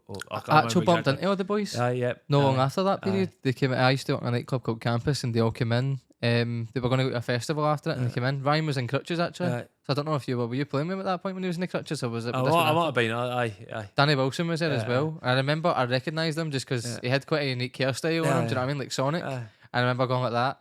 You're Danny Wilson, aren't you? And he looked at me and went, no. And I was like, it's clearly you, but okay. And then, 5 minutes later, I saw him outside smoking a cigarette. Oh, aye. And I'm like, I'm going to get a picture of you. And he's like, I'm Danny Wilson, don't take a picture. I was like, brilliant. So was it there smoking? Was that common, by the way? Players having a wee ciggy at the side? Not too much, I don't think. I know it's more a foreign thing. I think we played in a different era. I think before a little bit more. Played with a guy, what a player he was, Gary Brady. Gary Brady used to smoke. Aye. But he said it was good because it kept his body fat down. Really? Aye. He said instead of eating, just have a cigarette. Was there any shockers in there? Like, did Cahill share with any of the players that I'd known, like Croucher? Did they ever be? Were they professionals? I played with a guy, Wraith, who used to take snuff. Aye, that's way more common now, by the way. No, that was snuff. So this was like the tobacco you stuck on your wrist. And oh, really? Aye. So wow. He used to train with that in his sock, like a tin in his sock. Jesus Christ, man. Ball goes it for throwing. You get it. That looks very soft, doesn't it? If he's away, looking like he's. But and then the snooze exploded up there. I don't know. Aye. I think it's that Open Goal podcast. They were mentioning it a few times on there. So now a lot more boys, I think because they're openly talking about it, nobody's really hiding that they're doing it. So it's became more. I don't, because I know back in the day, you couldn't buy it over here. You had to order it in from Scandinavia. I don't know whether that's still the case. No, I'm pretty sure you can buy it. Aye, okay. Because we're in a car school, and obviously, if you run out, you have to order big packs, and it takes time to come from Scandinavia. So with some of the car school, we used to have to do a few drop-offs at different locations about town. That's brilliant. And you can charge a high price for it as well. If it's supply and demand. Supply and demand, aye. So then, obviously, you moved back to Motherwell, second spell there for 2 seasons. It was a 2-year contract, is that right? Yeah. And then record again, really good return. Almost won in 2 games there, so 34 goals in the 76 appearances you had there. What were some of the highlights that you had in that second spell at Motherwell? Finishing second. Obviously, finished second first season. I scored 23 goals. Motherwell's team had been dismantled. They'd finished second or third the season before. But a lot of the players moved on. Nicky Law, Michael Higdon, but I still knew a lot of the boys that were playing. I felt like there was a good nucleus there. So finishing second that season was terrific. We started the following season. It didn't go so well. Stuart McCall left and Ian Barraclough came in, so we've gone from second, and that season we ended up finishing second bottom, and we played. So that first season you came second, and Stuart ended up leaving after that. We started the next season, and we won our first game, I think, and then it didn't go as well as he would have liked. I think Stuart was exhausted as well. Really? I think it'd been there a long time. I couldn't tell you how many years. His Do record. you think that was a mutual thing that he left? I think he just ran out of Steam, But he was a brilliant manager, and he ended up going to Rangers, and we ended up playing his Rangers team in the playoff to stay in the league for them to get promoted. What was that like? Yeah, it was obviously a great result for us. I think we were written off a little bit, but it was good. I didn't play in the first leg at Ibrox, but came on second leg and slotted away a penalty just to finish it off. I forgot all about that period of time. Since you say that. Before big Bilal Moshni teed off on. Oh, was that the game he punched that guy? Aye. Oh my god! By the way, see the amount of Rangers fans that sent me memes after that game. I don't know why. Like I'm like in my group, I'm the only Celtic fan. John. So when anything funny happens, everybody just fires all this stuff at me. Especially like if it was Rangers winning stuff, you don't want to see my messages. Been removed from many group chats in the last few years, so I have because I take it too much for the boys. They can't take it. But the Moshni one. He proper cracked that fella. Who was it that he got in the jaw? Owen. Did he break his jaw? Because it looked like a pure badgie. Did he knock him out? No, he's a big guy though, big Bilal. That was Melbourne handbags back then, wasn't it? Aye. So what happened after that? Like that, did that continue on? Was that one of the fights that went into the? No, it just happened in the pitch and that was ended. Yeah. I know people like to glorify things and like arms and legs, but I think that was one of the most notable ones though in my lifetime. Really bad like kind of violence on the pitch. So when that happened, was that the second game? Yes. Was that after full time? Yep. So you think emotions were high and Moshni just didn't take it well? Yep. It was nuts, man. I actually forget that Stuart went there for that spell in Rangers. Because Stuart was such a good manager. Like he really was a really good manager. I think Motherwell got the best out of him. I think so, but I think it's very tricky to go and put your stamp on things within. I mean, they were in a tricky spot at that point, Rangers as well. They were, but I mean, they're not your players as such. And I mean, tactically, how you're meant to play in a totally different way. It's not easy. Stuart was a very, very good manager. Did you play in both the playoff games? I came on the sub in the second one, scored a penalty. Did you? Mate, thank you so much, John. Thank you for the penalty, right? And thank you for putting Rangers, keeping them in that division. I'm so grateful. Chris probably isn't though, the producer on the back guy. He's probably raging, biting his lip in there. So then after the spells at Motherwell, you moved to St Johnstone for a season. And then talk me through what was your period of time like at St Johnstone for you? I didn't want to leave Motherwell. I definitely didn't want to leave this time. Why did you leave? I don't know. I think Ian Barraclough wanted to bring his own players in. That was pretty clear. So I didn't want to leave. Tommy Wright wanted us. So I went up there. Stephen McLean was there. He was he's a good player. I don't think he liked playing myself and Stephen together. So I didn't play so much there. So ended up coming back to St.Mirren in the Championship. Yep. Slightly controversial take on this. I really liked Alex Ray. I know a lot of St.Mirren fans don't, but I really liked them. Why do you think they didn't get along with him? Like, I think there's a bit of beef about. I don't know exactly, but I think he didn't have the kindest words to say about some of the young players there or the academy. But in fairness to Alex, he played. He gave Lewis Morgan his break, who was playing for Scotland last night. He was a big fan of him. But first season, then Jack Ross came in. We were down the bottom of the league, and we managed to stay up on the final day again. Every season at St Mirren was always dramatic. Jack Ross came in, and I couldn't buy a win, and we were looking pretty doomed. But we managed to scrape up, and then the following season, whole new bunch of players again. Managed to get promoted. We won the league. Beat Dundee United to it. I don't think Dundee United were great, but we, the turnaround from our point of view was huge, absolutely massive. And I hadn't played so. I did play, but I didn't play so much. After that season, I was 33. I knew I wasn't going to get another contract. So that's how did you know? I just wasn't playing. I wanted to play. But the other thing is I was 33. I've always, like I said at the start, I jump when I'm 18, 19, 20, just jump in the car, go anywhere I want to play. I'm super ambitious. When I'm 33, got the kids. I got the kids, but also am I super motivated? Am I going to hit the heights of, I mean, I love playing against Van Dijk and people like that, and going to Celtic and finishing second in the league. And I mean, that was a last minute goal up at Aberdeen. That's an incredible feeling. Like you say, it's St.mirren, the first time through, you're winning things and you're scoring a winner in a cup final. Am I going to hit those highs again? I don't know. If it had been the perfect scenario for us, maybe. But no, I felt that was the time to go and do something else. And also, I think if you look at Scotland generally, they've got a huge problem of bringing young boys through. I mean, there aren't any young boys playing really, which is... It's getting bust, man. Aye. I think the last couple that really done well was probably, from my opinion anyway, like, as a Celtic fan, maybe Kieran Tierney, Callum McGregor. But I mean, you're looking at players that have went on and they're kind of in the peak of their career, but it's hard. It's a lot harder now, and I don't know why. Like, Celtic are losing so many good youth players. You've got this boy Vata. I'm sure you've heard it. Yeah. He's probably going to leave. There's notable ones, like I know some flopped and some didn't. Like Islam Farouz, and then there was Dembele, Karamoke Dembele. Like there was so much hype about it. But the problem is, it's like Celtic are so stubborn that they'll go out and sign players, give them a chance rather than try and promote them within the academy.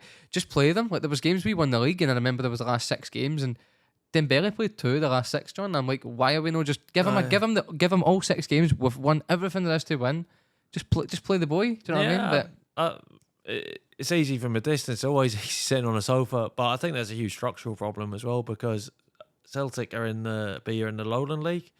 With all due respect to Stirling University, to Gretna, to Edinburgh University, to Trinent, you cannot expect Karamoko Dembele to play against a player who has got a part-time job on the weekend, coming straight for what, and then go and play in Champions League against Real Madrid. And there's a seamless... There's never going to be a seamless transition. But surely... I mean, that's like what I spoke about at the start. Tottenham, I thought the squad was... It was too hard to get through for me. My brother would tell you that they didn't have such big squads. But with youth team, reserves, where you played and you got used to men's football with full-time players with a view to going into the first team. And that pathway is not there anymore. And it's not great. But from my personal point of view, I was like that at 33. I don't want to block someone. I know I was that guy once who was desperate to push that through. next step, yeah. If it's a case of I'm the experienced player in a team and I'm showing people what to do, something a little bit different. But I didn't want to be blocking someone who was hungry and coming through either. So near that end of time of St Mirren, then you just decided to stop playing? Yeah, at the end of the season, won the league. It was great. St Mirren fans are... to be fair, all football fans are good. I mean, everyone looks at football fans negative. I mean, there's always a couple of bitter people. I don't even know whether they know they're bitter. They probably just get a bit of frustration. Football fans are good, generally. St Mirren fans, though, any ones I've met, John, they're always really good football fans. Like, they're really into their football, proper committed. Like, I've met about 3 or 4 that I know quite well, and every one of them, they're just really good football. Like, the type of football fans that you want to come to the games, no, like the ones that go there and they don't support anybody. They're just there to have a moan because they can't go home and moan at their missus. Well, there's that too. You get them. I know. St Mirren fans, honestly, have been brilliant to us, right? But Motherwell fans have been fantastic. Like, you go back there and, you know, in fact, Motherwell were one of the first clubs to get the ultras going as well. Brilliant. Well, actually. Aye, they're great. Do you have a few interactions with them then? Yeah, they're cracking people. And then, like, people who stick with us as well. See, the Hearts fans, I was desperate to do well there. And it wasn't easy for us. And, I was living in Dalkeith at the time. And I know we are, yeah. That's quite far. Aye. But people would come and say, "Oh, how's it going?" And keep your chin up and keep going. And it's the fans backed you quite well, then. Yeah, it's easy to be negative about things, but people in football are generally, fans get a hard time with things at times. But obviously the ones that go to the games generally will be the better ones anyway, because they're paying all the money. Do you know what I mean? They're committing their weekends to every weekend going and kind of support the teams and that. So then, I also read that, like, maybe was it a year or 2 after you hung up the boots that you went to Greenock Morton and you took was it coaching or No. So just towards the end of that season, I was thinking about what to do next. So I went to have a word with Derek Hansen, who was the head of the youth there, and the reserve team job was open. So I wanted to give that a go. So I just took the reserve job. There wasn't any playing involved. As soon as I got there, they said, "Can you play?" I didn't want to play, and I didn't play. Really? They were like straight away. Geez, they're not waiting any time away. I didn't want to play. So first season, just coached the reserves. Had a really good bunch of boys. I loved it. Strapped me to an extent. Was Did they playing have to with us. convince you to play, or were you just like, No, "You know what, I'll do it"? that was the following season. And then the following season again. I mean, the management changes now. Mental. So Ray McKinnon was the boss. He resigned after 3 games or something like that. Why? He went to Falkirk, right? 3 games. Oh, so he took a He job. took another job, Right. but me and Del were actually watching the our under 18s play. So we got a call at about 8:30. You're taking the team against Partick next day. Wow. Aye.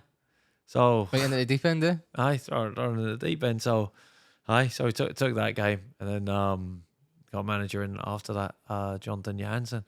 Aye, but no, first year was just coaching, and then after first year, Jonathan Johansson got the sack. David Hopkin came in, who'd done well at Livy, and he was sort of insisting that I was gonna play for him.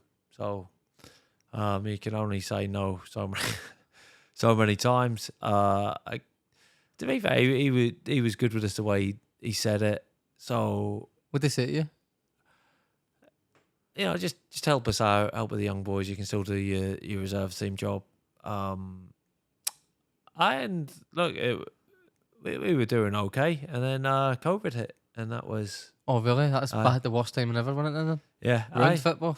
yeah. So we had a cracking team. Boy, Nicky Cadden's great players at Barnsley now. I think Aidan Nesbitt's at Falkirk. Well, what a player I think he is and was. You know, we had a good team there. See, when you got to the point of like knowing that you want, I know you mentioned it was because you obviously felt like you wanted to not be the person to stop somebody else from taking their next step, especially with like, your football being kind of hard for players to kind of break out to that next, especially in Scotland. Did you feel like you could have kept going? Like, do you think if maybe, let's say, Motherwell came back, because obviously you're entertainment and they said, "John, we want you to come back and play another two seasons here," would you think you would have been able to go and do it? I possibly always kept myself fit. You know, fitness wasn't an issue. I mean, I wasn't ever very reliant on pace, but that's just Motivated wise, it was hard to get yourself going again a wee bit. I think yeah.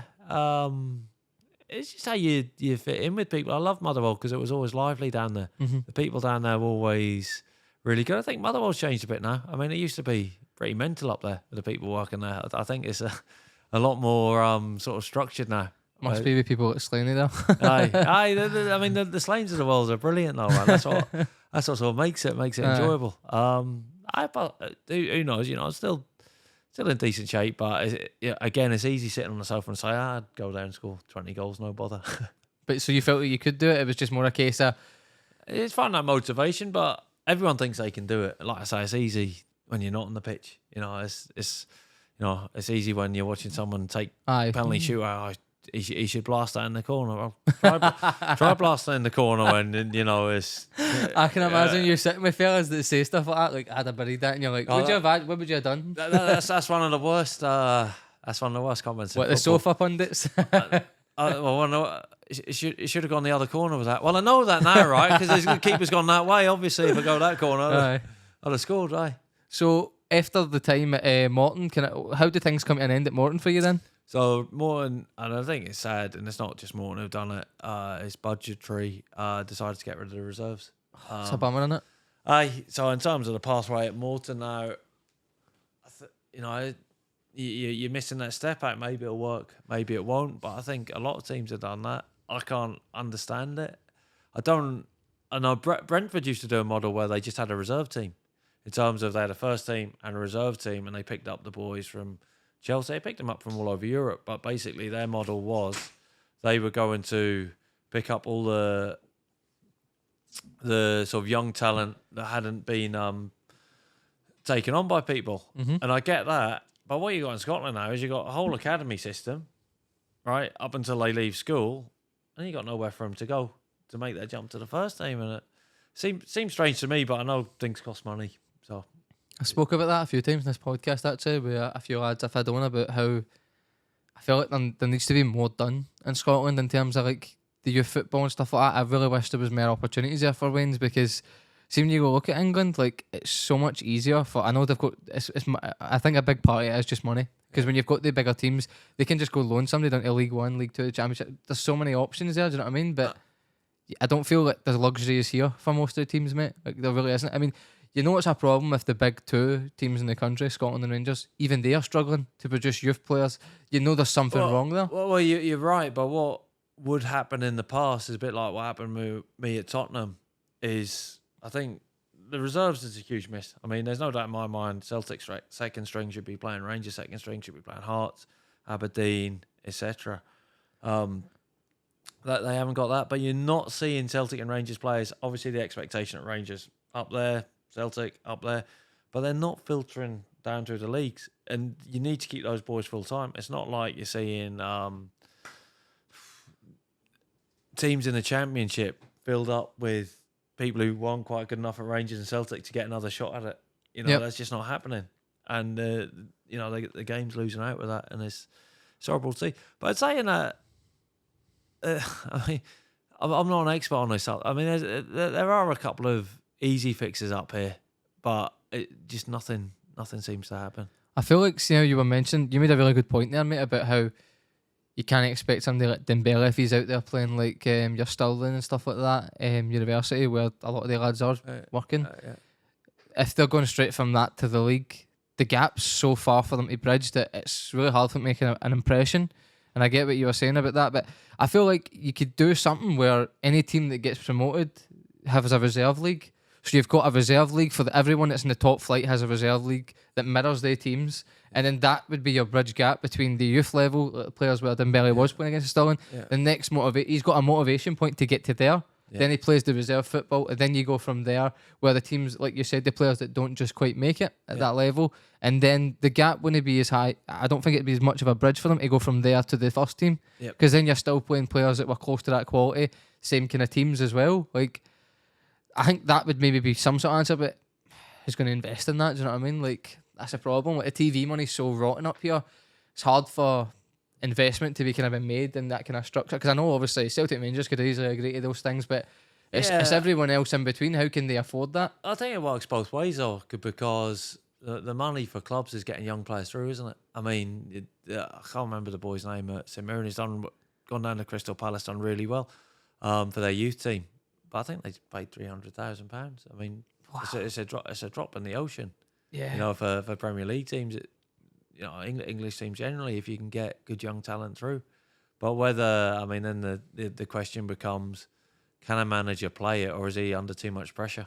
You know, is it to get results? Are you gonna trust someone? That would help coaches as well, though. See that reserve league I mentioned there? I think that would help coaches as well. But then it costs money. You have to pay a reserve team manager. You have to pay for the training. But I mean, the lack of facilities up here is an issue, because you know there isn't many teams who have training grounds. And then I think people might get the wrong impression if you're driving through Glasgow on a weekend, see the new pitch, it's in rocks, just completely empty. People probably think, people don't want to play football. Well, they do. Yeah, you can't get the pitch because you can't get the I think it's the council to get the janitor to open the thing up. And I mean, you're going to yourself, well, surely everyone can agree. There's a great pitch. Yeah, you need to have access to it. Great pitch. Let's get kids playing. Let's make it as cheap as possible, because pitch hires, I mean, obviously, as you know, I'm running a sort of charity, and we're trying to get kids playing. You see, the pitch hires and everything else it's stopping kids playing, and you pass on the cost, and you know. John, have I heard right that schools want to introduce that in Scotland? You'd have probably heard, because you're obviously involved with a lot of schools and stuff like that, and with the coaching that you do. I heard someone say that they're going to try and make mandatory pitches attached to every school, and it's going to be something that's going to be done like going forward, because there's already schools I know that when I was growing up, there's a lot of schools that have already built pitches from when I was in school that weren't there, or when they were there they were terrible, like you couldn't even play on them. Like you were expected to go play 11v11 on an ash pitch. You slide tackle on that, you're losing about 5 layers of skin, so it's hard to naturally improve your defending on a pitch like that. Do you know what I mean? But I've seen some sort of improvements. Have you heard anything like that, or is that not something? I haven't seen it. I mean, obviously, you know, when my kids go to school, as soon as finish school, they just run out on the pitch. They just play about with the pals, which is what it's all about. But you got access to facilities, and so you need to, however we're going to do it up here, you're going to need to give the boys a full-time opportunity. And look, not all of them are going to make it, but you need to give them the chance to train like they need to be able to play, mate. They need to be able to play. You actually made a wee nod to something a minute ago there. I was going to say that you made, I don't know if you've done it intentionally or not, but you made a note about investment there in terms of how I feel like if there was a stronger infrastructure here with like the kids with that gap and stuff with the youth football to reserve, then I think if some of the clubs looked at it as an investment, because then you could return players and then make something from them, like a Kieran Tierney. Like surely there's got to be something on the board where they can use that as the prime example of what can happen when things go right for a player. Yep. I think he was just lucky though. It was like a perfect storm in terms of Ronnie Dyler just going, who's this kid? Let's give him a chance. And he can be used in a bad example in some sense as well, because you said managers can be under pressure. Yep. Now, Ronnie Dyler, as much as he achieved kind of the league title every time he was there, he was under so much pressure just for no winning a treble. Like every team's got some sort of divine right to go win a treble, and some performances weren't great, but I felt like he had a good connection with the fans, and it turned bitter really quickly, even though he did bring in players like Kieran Tierney.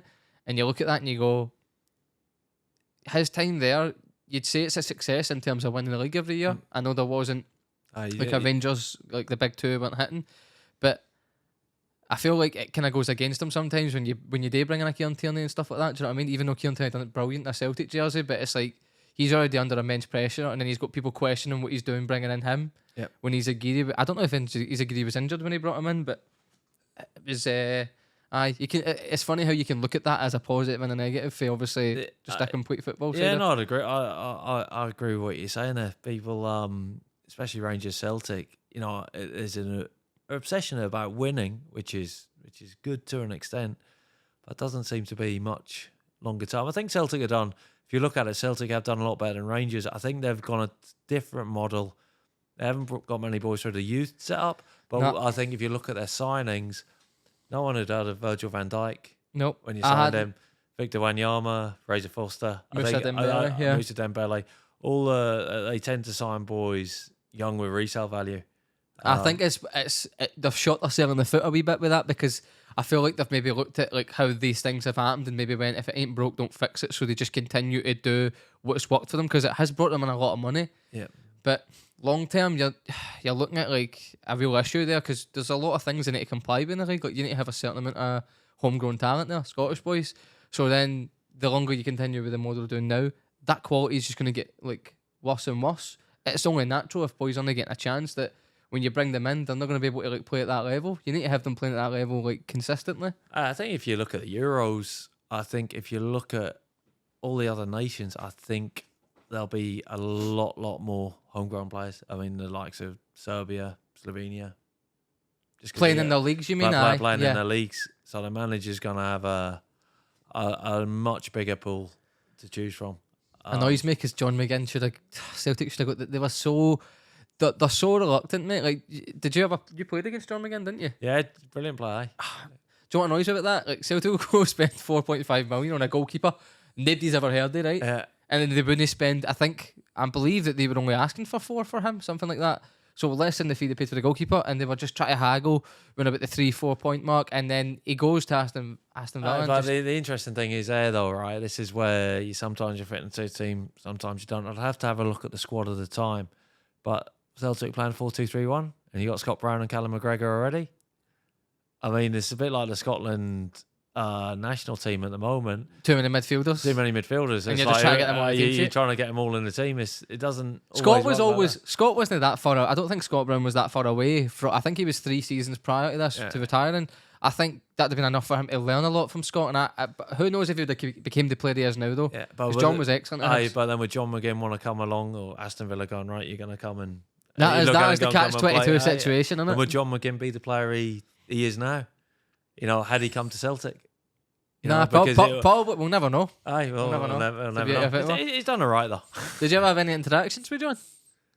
No, I played with his brother Stephen. I played against him, and you're like that. No, he's Kenny McLean as well, really good player. So, yeah. St. Mirren have done well. 3 clubs are out in particular. If you have a look at the players St. Mirren have produced, brilliant. Lewis Morgan last night as well, brilliant. Motherwell have always had a history of bringing through really, really good players.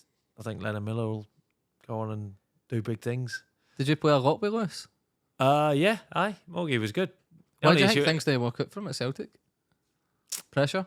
No, it's just what the manager fancied at the time. I thought he'd do well there. He's got. So did I, mate. He had a really good season coming into Celtic.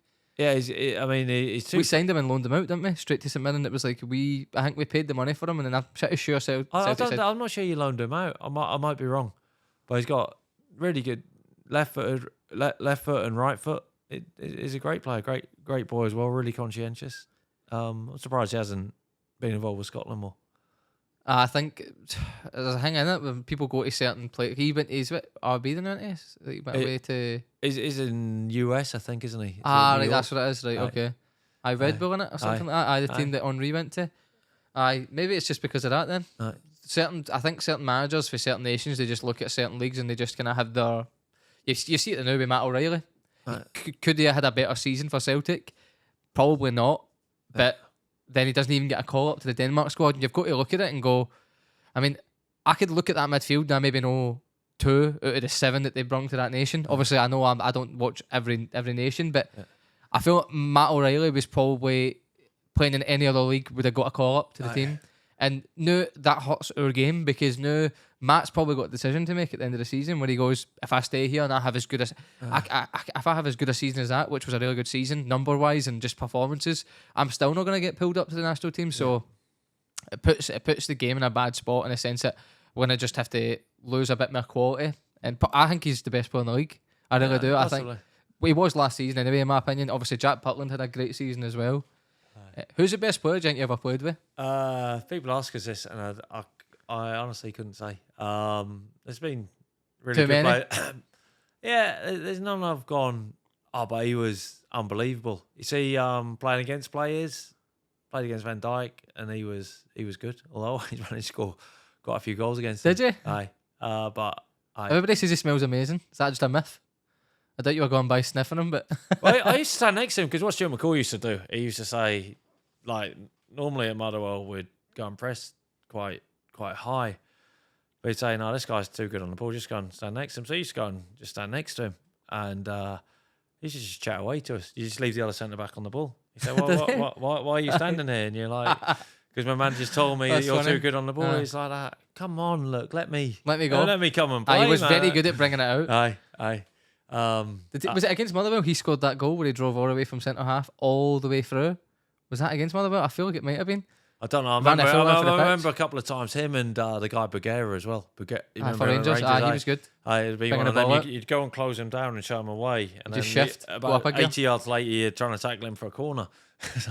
You see, when we played in Europe, I would say in Liverpool, when we played Liverpool that time, they're all good players. They're all good players.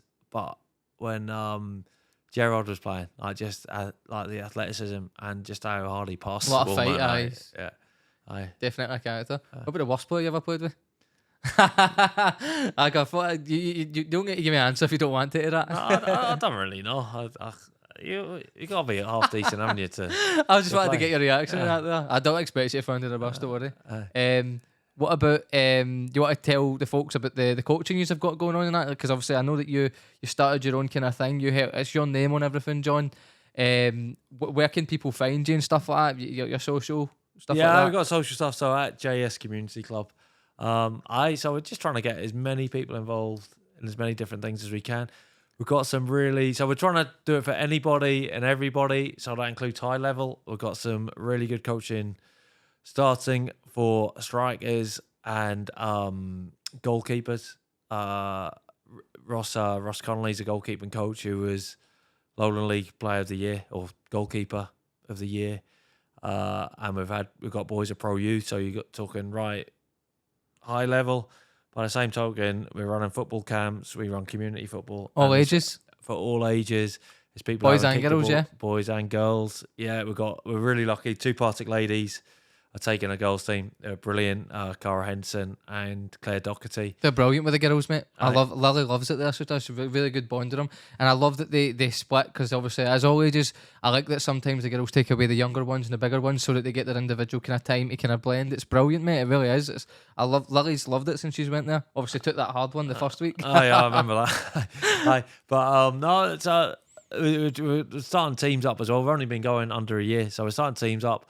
And like I say, it should be for everyone. So some of our teams are going to be in the top division. Other of our teams are going to be in as lower division as you can get. But we want to get as many people who we involved, particularly from the local community, come along, feel welcome, go and play. I'll put a link in and tag you and everything so people can find your social. I'll also put a link into the community thing.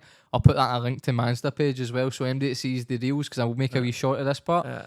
And I'll put it in there so that MD can get onto that and have a look and see all the stuff you've got going on in that. No, that'd be great. And obviously we're talking about the young people. We've got the walk-in football and the super. Yeah, I seen that, the walk-in football, brilliant. Aye. Was it Alan Shearer helped get that started, didn't he, in England years ago? He was apparently he was one of the people that helped get it going. Okay. Aye, it was quite cool when I heard about that back in the day. It's good that it's here as well though, because first I've heard it. Oh, it's brilliant. It's the most competitive football, bar none. Brilliant. Aye. Thanks for coming on, John. It was a real pleasure having you on, mate, getting an insight into how things go on behind the closed doors. So tune in next time for another episode of Getting the Ball Rolling. Thank you.